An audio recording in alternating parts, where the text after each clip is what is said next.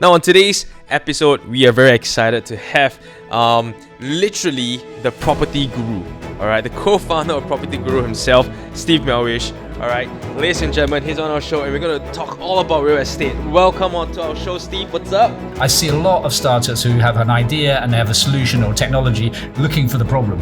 Right. But really, fundamentally, what's the big pain? What's the big problem that you are trying to solve? And why is this relevant now?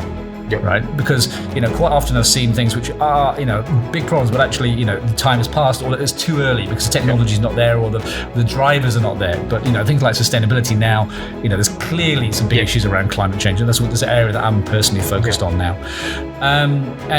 So one is a big pain and is the timing good? Two, do you have a solution that you can show that is starting to address this problem? Agreed.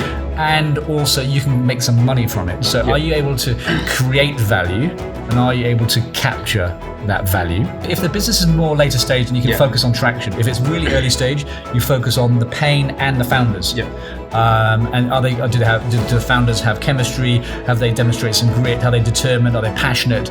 And so depending on the stage of the company, you have to kind of change the lens a little bit. But you don't need to rush because actually things take longer than you expect and actually can be a lot bigger than you expect if you just take the time and focus. And to be really patient and focused on a step-by-step kind of growth rather than saying, let's try to expand as fast as possible. Yeah, and I see a lot of business plan and pitches where people say, we're starting this market and then the next month we're in the next market. And the danger of that is you spread yourself so thin that you end up having like pins on a map in 10 countries with no real business underneath. Right. I would rather invest in a company that had a really strong Singapore or a really strong Malaysia or a really strong Vietnam, but not thin across 10 countries. It's far, far better.